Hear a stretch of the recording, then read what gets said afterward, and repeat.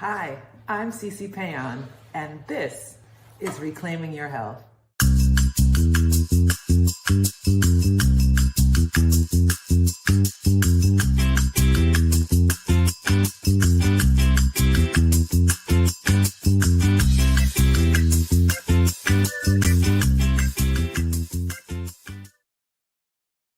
Hello, good evening, and welcome to Reclaiming Your Health. I feel like I haven't seen you all in forever, and it probably has been that way. There's been some shady stuff going on, and so I haven't been able to be here, but tonight I'm here finally.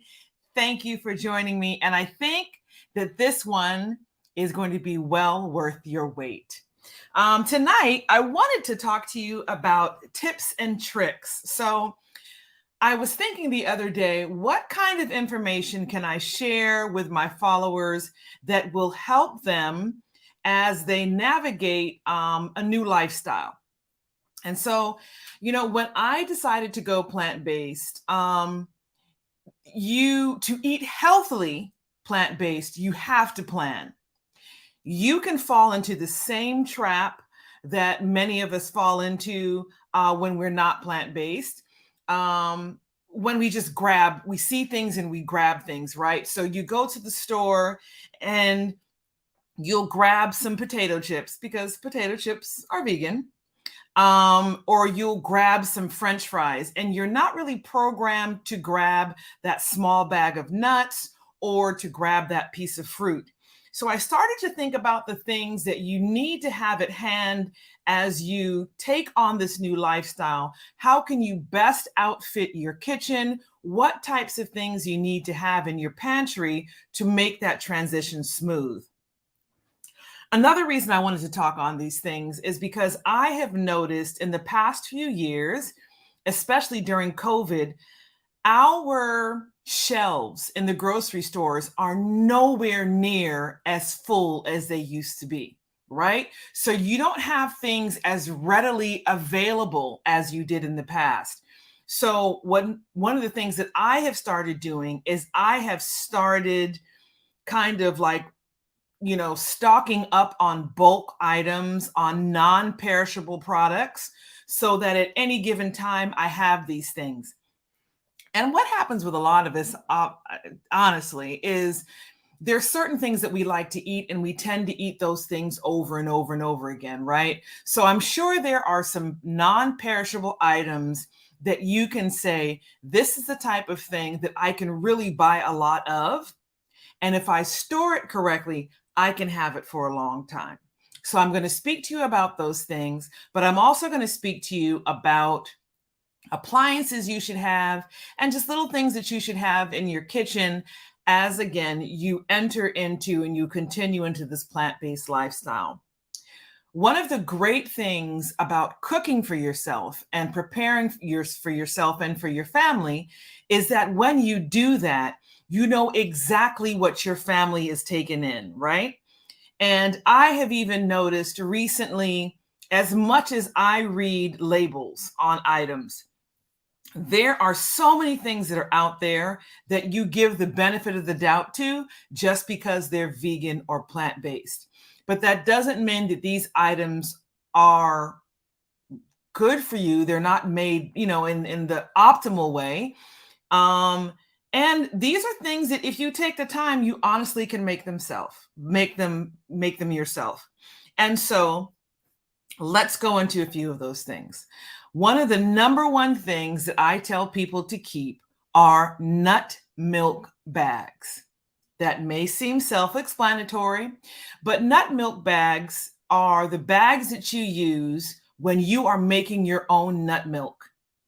Now, one of the challenges with buying ready-made nut milk is so often there are preservatives and things in there. There's guar gum, there's, all these different flavors, and there's corn syrup in some, and then there's sugar in others. And we want to be stewards of our body. We want to make sure that what we're putting in our body on a regular basis is food as close to its natural state as possible. One of the easiest things for you to make is nut milk. So all you're doing is you're using your cashew, or you're using your almonds, or you're using, even if you want to make oat milk, that nut milk bag still works for you. And you're simply using filtered water. You're using whatever nuts you choose, a high-speed blender. You get that thing going, and then you're going to process it through your nut milk bag, and you've got fresh, delicious, unadulterated nut milk. So that's one of the main things I'm going to tell you to get. And by the way, 99% of these things, if not all of these things, you can get on Amazon, you can get on Walmart.com. They're readily available. So that's the nut milk bag. Also, it's great to keep strainers of different sizes in your kitchen. They serve multiple uses. Of course, you can use them to strain things. And I think that Stan actually has an image that shows that you can use it to sprinkle, flour when you're making bread. You can use it for that. I've used it when I've made my French toast and I want to sprinkle like some confectioner's sugar on top of it. I use that to sprinkle it. So there's so many different uses for strainers beyond straining liquids off of items. Another great thing to have is a NutriBullet. I love NutriBullets because they're portable.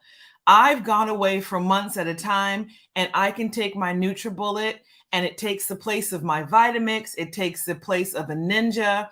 It's just great. NutriBullets are always on sale, and you can get them at Bed Bath & Beyond now that are going out of business. You can get them at like 40% off. You can get them at Costco. You can get them numerous places, and look around for a good price. You can get them on Amazon or eBay. They are great because they are high powered. If you take care of it, it's going to last you a long time. And so, for example, if you're somebody who is not making, say, nut milk for a family, you're making it for yourself, there you go with your NutriBullet. You can make a smaller amount in your NutriBullet.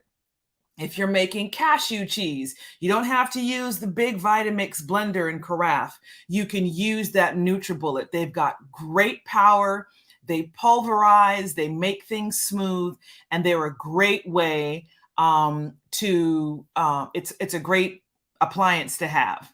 What would be the next most effective way to make your own dairy milk if you're allergic to nuts? You can make oat milk. You can get rolled oats. That's one of the things that I'm going to talk about later on. You can go to some place like Sprouts. You can go to their bulk bins, and you can get some oats. All you're going to do is you're going to use some filtered water, cold filtered water, and you're going to put those oats in there. I don't have the exact measurements, but you get those going in your Vitamix or in your NutriBullet, and then you're going to strain it and squeeze it through that nut milk bag. That's a great way to do it. Rice milk is another one. I've actually never made that myself, but I would say nut milk would be the number one thing oat milk would be the number one thing. And what I love about oat milk as well, if it's really rich, to me, it tastes very, very close to whole milk. So try rolled oats. If you have a gluten intolerance, you can purchase gluten-free rolled oats and do that. So let me know how that works for you. Another great thing to have is a cast iron skillet. Big Mama and them used to have the cast iron skillet. The cast iron skillet that's passed on from generation to generation. Cast iron skillets are naturally, when they're seasoned correctly, they are non-stick. So they are a great thing to have in your kitchen as opposed to having something that has like Teflon on it. I don't suggest you do that. I have gone into people's kitchens and they have these nonstick pans and they've used metal, etc. on these pans. And I'm sure all that Teflon is in the bottom of somebody's belly. So if you're going to get, if a great thing to have is a cast iron skillet, you cannot go wrong with it. Once it's seasoned well, All you have to do is wipe it out. You never have to use soap. You can wipe it out. You can use coarse salt to clean it if anything is sticking.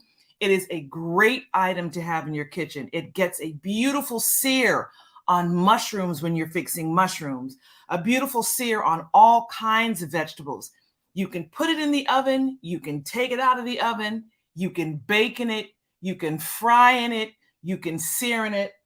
Many different uses for a cast iron skillet. So if there's one thing you're going to get, I would suggest that. Let me turn on my fan. I'm getting excited and I'm starting to sweat in here. Okay, the next thing are stainless steel pans. I think Stan might have a picture of some stainless steel pans. They don't have to be expensive pans. Just get a set of pans. Make sure that you use a non-stick spray. And when I say that, I'm talking about like an avocado oil spray or olive oil spray or something like that. Those serve as a non-stick. They aid you in making your pans non-stick. So I would suggest that. The next thing, ceramic pots. We're talking about Le Creuset, or IKEA has their own version of these ceramic pots. Le Creuset, you can get those at Home Goods. Oftentimes when colors are being discontinued, you can go to Home Goods and you can get a great deal. Oftentimes, you can get everything that you want there. They're great for Dutch ovens if you're wanting to, for example, if you're doing like a root vegetable and you want to braise that root vegetable in a beautiful sauce or something like that. These Dutch ovens are great because whatever you put in there, when you put the lid on, it creates this vacuum and it has like this 360 cooking thing that happens. So if you're fixing a whole cauliflower, or if you're fixing squash, or if you're fixing some kind of pumpkin or a root vegetable like cassava or yams or something like that, that is a great appliance or to use, something like a Dutch oven that's a ceramic. And again, IKEA has their own version of them, maybe $35, $40 a pot as opposed to $150, $200. But the thing about these ceramic pots is they last forever. They're great. The next thing you should always have are cookie sheets. Okay. One of the things that I love to do is oven roasted vegetables. So you need great cookie sheets. You need real solid cookie sheets that you can use. If they're not solid cookie sheets, one of the first things you will notice when you put them in the oven, you're going to hear something go boop, and then you'll look and your pan will be like this, right?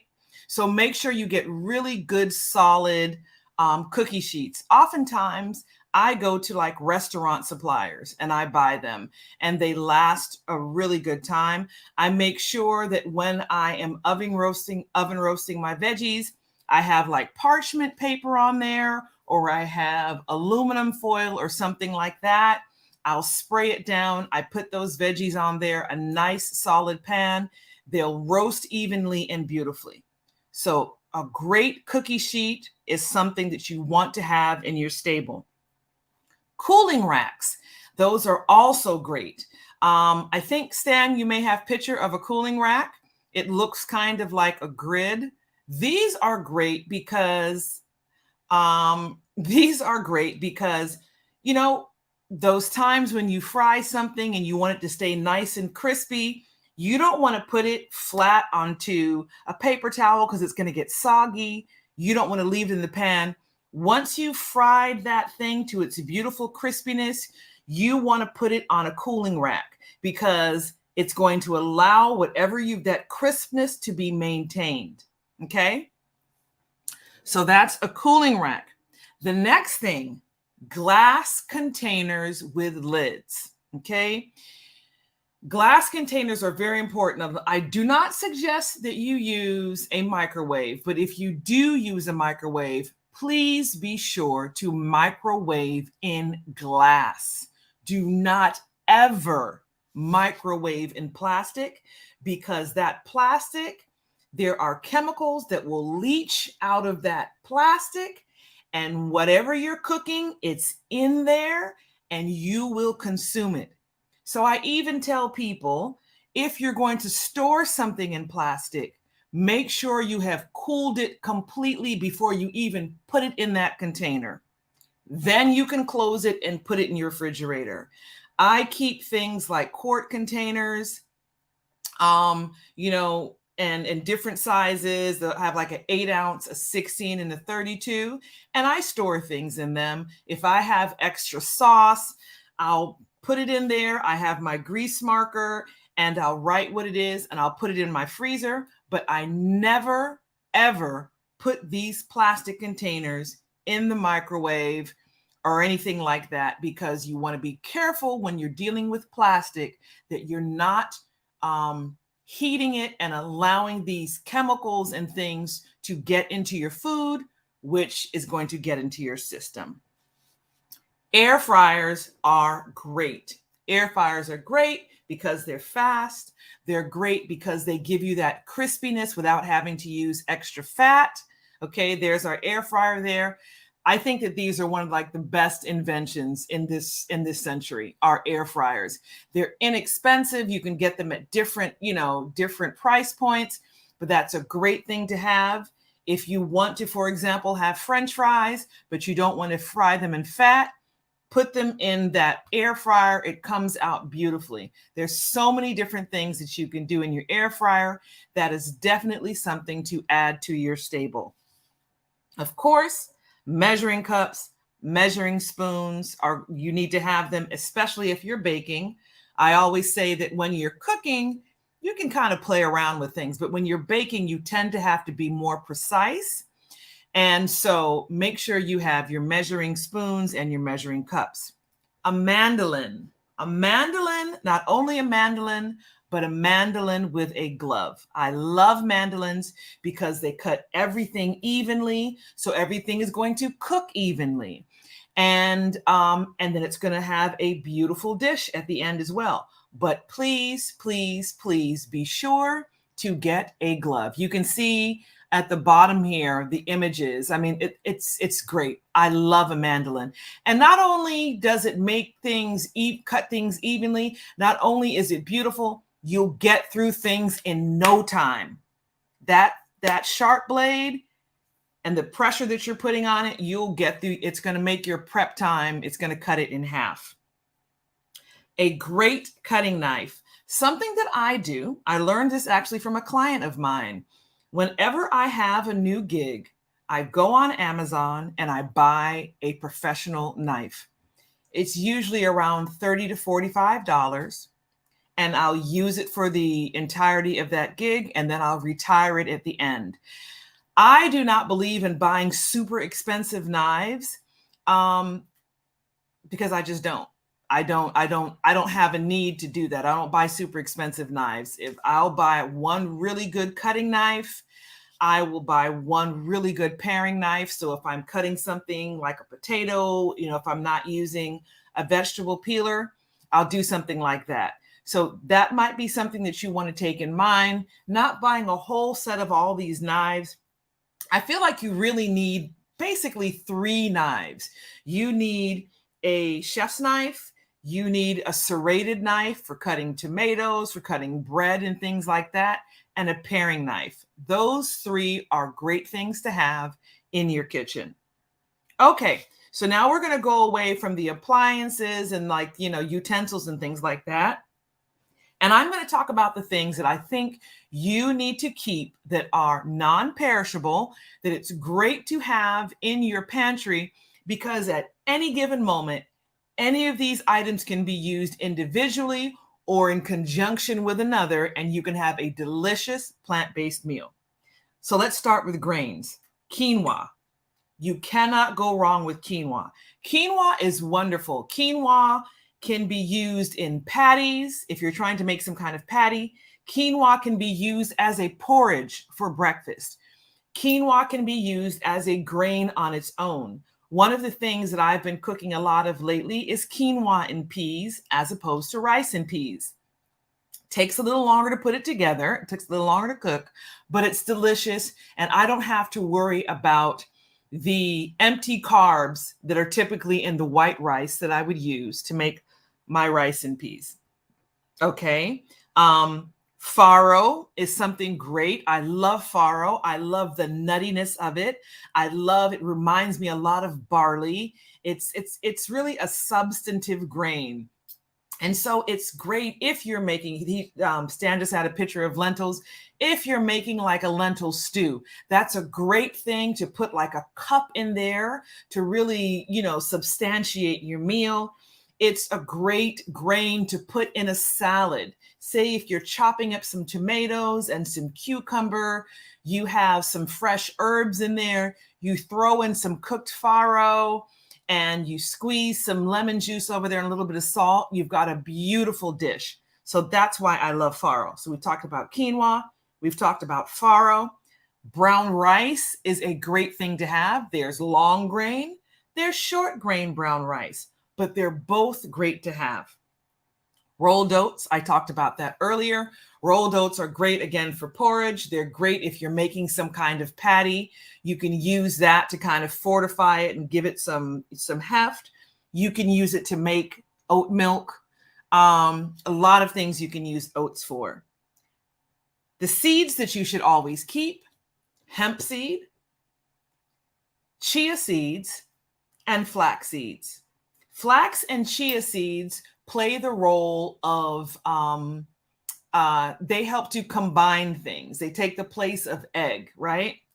So there's so many things that you can make where you have your flax meal, you grind it up into your flax seeds, you grind it up to a meal, you add a couple tablespoons of water, and you've got this gelatinous mixture that you can use to bring together these vegetable patties. Or if you're baking some kind of bread or something like that, you can use that in place of egg.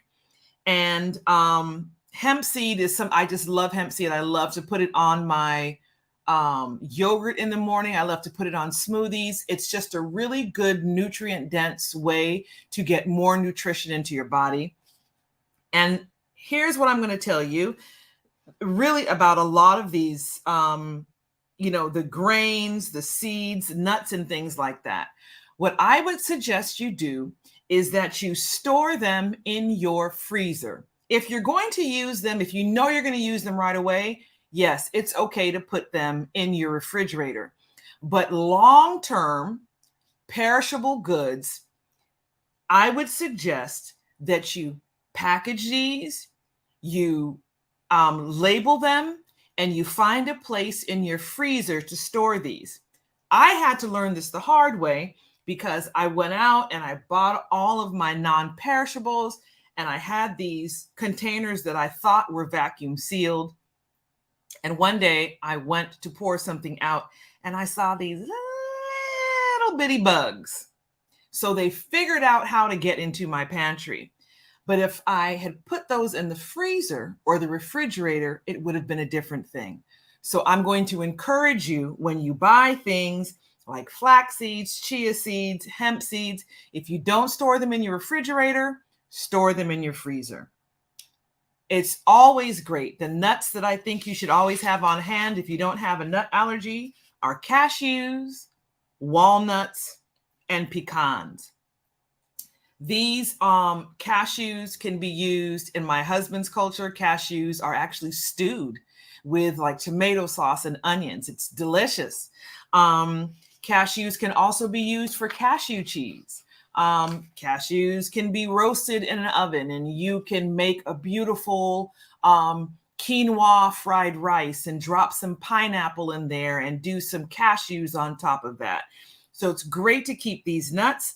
Again, if you're going to be buying a lot of these, store them in the refrigerator or freezer, because the oils in these nuts over time will turn rancid. And nuts are expensive. So I know you don't want to waste them. So that's how you should store those. And this is why I love Sprouts, because I can go to Sprouts, and if I want to buy a quarter of a cup or 5 cups, I can do that. And I actually think they have really good prices.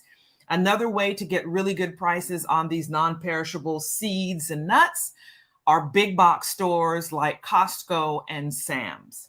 All right, so Stan, if you can put up the lentils. Lentils are a great thing to have. Red lentils, green lentils, they cook quickly. There, I have a dish that I make with red lentils where I chop up fresh ginger and garlic and I stir fry that with a little avocado oil. I put my red lentils in, a little bit of vegetable broth to get it going. Then I'll put a little bit of coconut milk in there. It is absolutely delicious. These are the kinds of pulse and legumes and things like that that you want to keep in your pantry because they cook quickly, they are nutrient dense, they are protein dense, and they're non-perishable. So they'll last a long time. All right, a 10-bean soup mix is something great to have. These are the kinds of things, if you have an Instapot, I know that next to air fryers, Instapot are the other things. So with the Instapot, in under 20 minutes, you can have a luscious bean soup. Keep things like this in your pantry. Keep things like this around. And if you have that Instapot, you're able to provide a delicious meal for your family in a matter of minutes. All you need in addition to this 10-bean mix are some fresh herbs.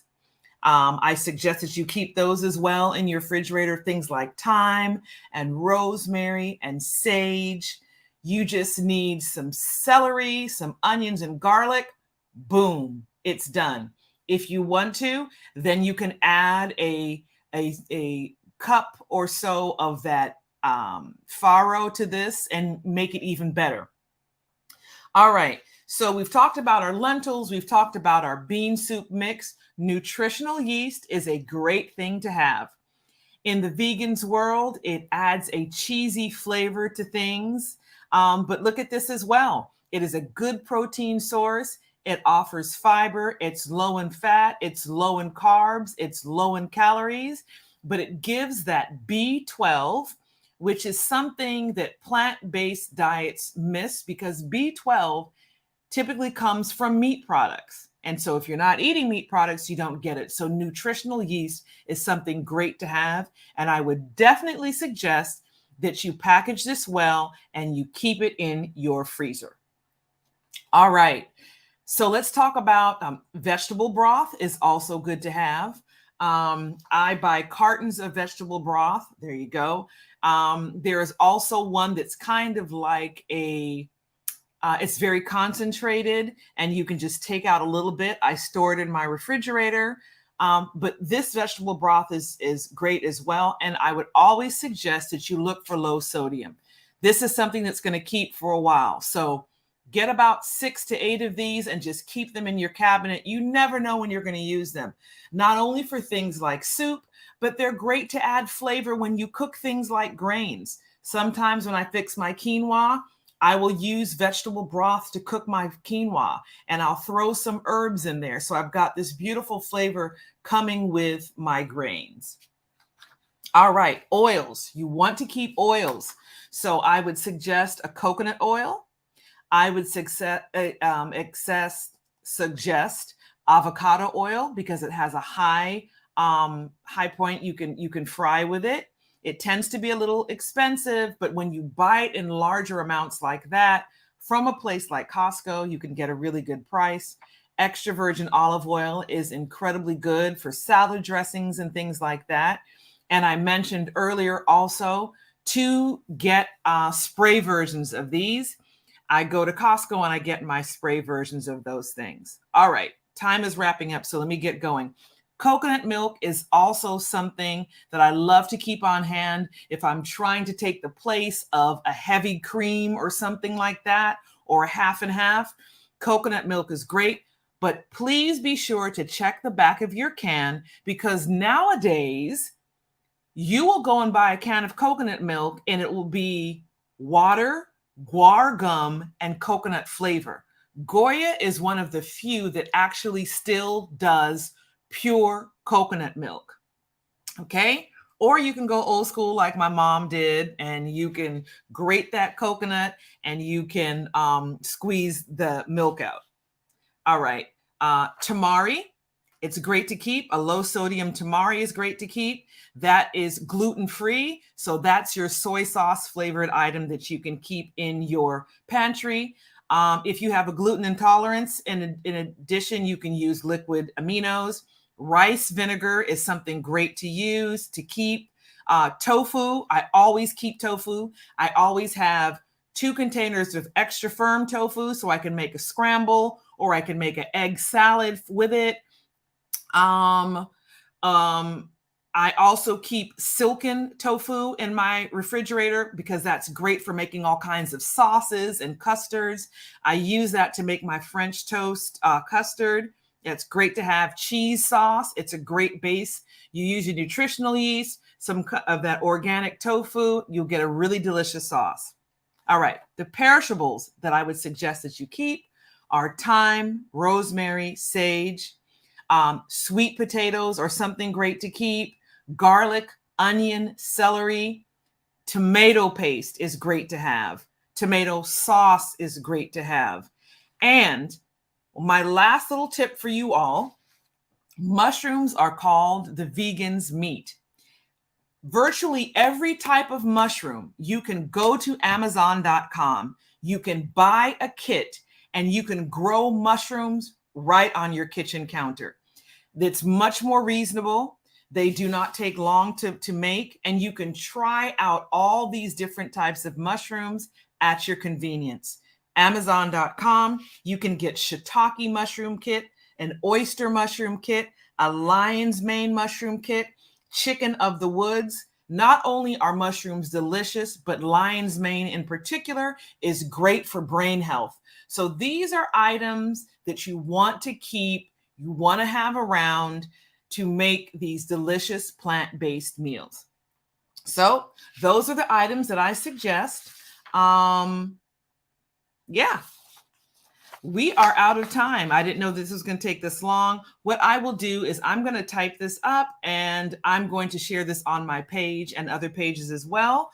But these are the items that are great for you to keep when you're transitioning into a plant-based lifestyle. And if you notice, I didn't say go get cans of Big Franks. I didn't say go get Morningstar. We're trying to make sure that our pantry, our refrigerator, our freezer are full of foods as close to their natural state as possible. We're taking time, we're investing time in ourselves, we're prepping foods, and we're having things ready to go so that they're easily attainable. We're